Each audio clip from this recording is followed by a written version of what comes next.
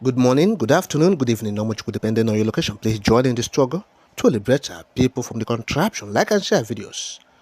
Nuro luayo, na nuro luayo. Nuro luayo, na nuro luayo. Ọ dịghị mgbe ike mmadụ ga-akarị ike Chukwu. Ọ dịghị mgbe ike Nigeria ga-akarị ike Biafra. Nna nuro, onye kere ụwa nuro luayo. Nna nuro, Olisa bi n'igwe nuro akwayo. Now, the news update.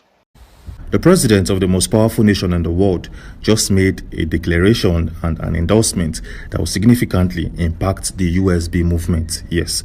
So the question here is, what is that declaration coming from the USA? Well, just in case you don't know, the president of the USA has approved and endorsed the USB embassy that was built in Washington, D.C. Yes, so in this video, I'll be exposing and revealing every single thing that's happened behind the scenes and every other thing that happened before the president of the most powerful nation in the world had no choice but to approve and endorse the USB embassy. Yes, this is going to be a very, very informative and interesting video, and I'll urge you to watch it up until the very, very end.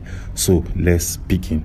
Well, so how did the president of the USA get to see or understand the USB embassy that he just recently approved and endorsed? Well, it all kick-started on the 6th of November of 2024 last year, when Mr. Simon, who happens to be the prime minister, came out to make a very, very serious revelation. It's a post coming from his official Twitter page where he states, "Breaking: the Nigerian government officially wrote to the president of the USA so as to distance himself from my agitation for freedom. They actually advertised myself to the president." Yes, so as you can see, a series of individuals reported Mr. Simon to the sitting president of the USA so that he can distance himself from him and never endorse him in any way, shape or form. Well, is a particular example of an individual, a core member of the All Progressive Congress, who in a post called the attention of the president of the USA so that he can disassociate himself with Mr. Simon. Well, the plans of these individuals domiciled in the All Progressive Congress did not actually work to their plan. Yes, because something happened in reverse. Yes, something that many individuals weren't expecting at that point in time. So what really happened? Let me show this to you. Take a look at this post coming from Mr. Simon, where he claimed, "Breaking: I briefed the president of the USA campaign team on how the Nigerian terrorist state unalive many USB citizens who were celebrating his victory in 2016, and the message synced very well." So as you can see, this is a tweet coming from Mr. Simon where he claimed that he has briefed the campaign team of the sitting president of the USA regarding some situations that happened in Nigeria back in 2016. A couple of days later, we saw a video that went viral on all social media platforms where an individual representing the USB movement met with the campaign teams of President Trump so as to brief them and give them insights about the current situation in the southeastern Nigeria. Yes, so as you can see, we have this individual representing the USB movement having a series of conversations with foreigners domiciled in the USA, particularly in Washington, D.C.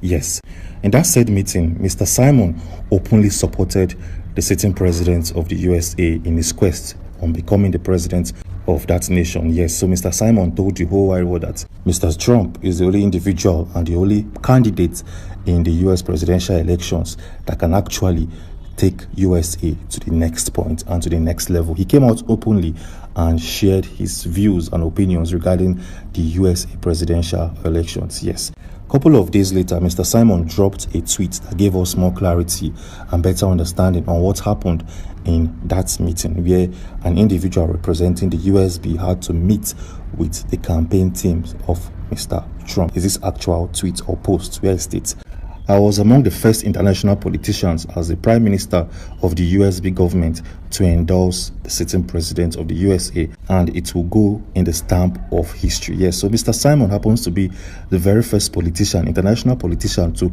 publicly endorse the sitting president of that nation. Yes, even Wikipedia had to record that feat. Yes, Wikipedia, which happens to be one of the biggest websites in the world, recorded the fact that Mr. Simon is the very first international politician to endorse the sitting president of the USA before their presidential elections.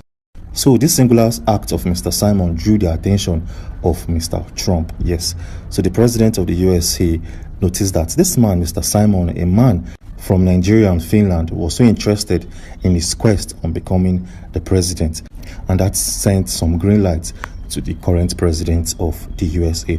But before then, on the 26th of November of 2022, 3 years ago, we received a publication from Daily Post where it states Igbos inaugurate USB house in United States of America and give reasons. So as you can see, individuals from the USB inaugurated a house known as the USB house in America.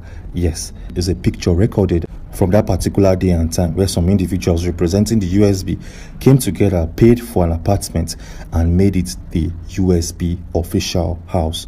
And at that point in time, that house wasn't recognized as an embassy. It was just like a meeting point for individuals and officials under the USB movement. Well, for better understanding and for more clarity, take a look at this post where it states Igbos residing in the USA have inaugurated the USB house in Oxon Hill in Maryland, Washington, D.C. Daily Post gathered that the USB house was inaugurated to serve people who believe in the USB and friends of the nation. This was authoritatively disclosed to Daily Post by a source. And interestingly, that USB house in Oxon Hill in Maryland, Washington, D.C. is just 19 minutes drive away from the White House domiciled in Washington, D.C. Yes, it's a clear description of the distance between the USB house and the White House domiciled in that country. As you can see, these two institutions were actually very close to each other. It was just 19 minutes drive from White House to the Oxon, Maryland house. Yes, so the proximity of this Igbo house in Washington, D.C. and the White House still in Washington, D.C. gained massive attention from politicians domiciled in the American politics. Yes, well, that wasn't all. On the 26th of August of 2023, 2 years back, we received a publication yet again from Daily Post where it states, Simon, the USB government in exile opens administrative office in the USA. It also went a step further to clarify that the USB government says it has opened an administrative office in Maryland, Baltimore, USA.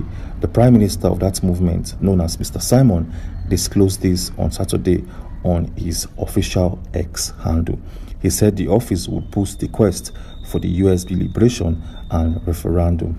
Yes, so as you can see, at this point in time, the USB already had two houses in Washington, two houses in the USA.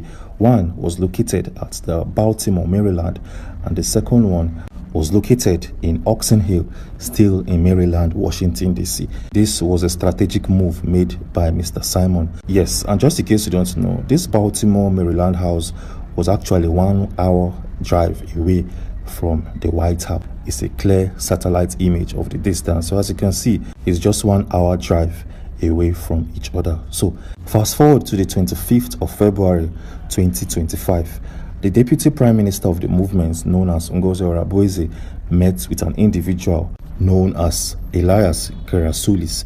Yes, it's a publication coming from Mr. Simon that gave more insights where it states the USB lobbyist Elias Gerasulis and the USB chief of staff Dr. Ngozi Orabueze are the headquarters of the USB lobbyist firm in Washington, D.C. Yes, so Ngozi Orabueze met with this individual at Washington, D.C. to have conversations about the USB and also to turn all the USB houses in Washington to an embassy. So yeah, these guys had a series of conversations and they came to an understanding, and all of the documents were presented to an institution known as the U.S. Department of Justice.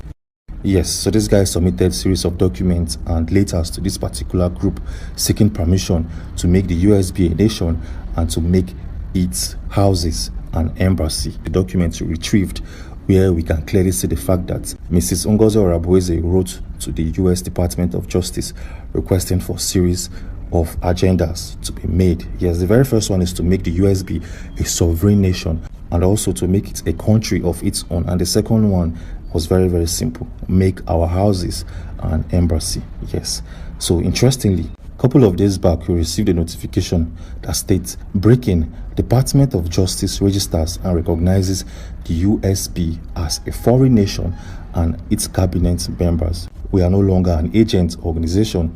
We are a nation with all the laws protecting a nation. Yes, this was a massive one for the USB movement. At the same time, as we speak, the USB house located in Oxon, Maryland is currently being transformed so as to occupy the office of the USB embassy in USA, Washington, to be precise. So as you can see, this is a massive one for the USB movement, and this is a massive one for the Quest. Kudos to the sitting president of the USA in making this dream come to reality, and kudos to these lawyers standing or seated very close to the president of the USA, because these guys played massive role in ensuring the sovereignty of the USB.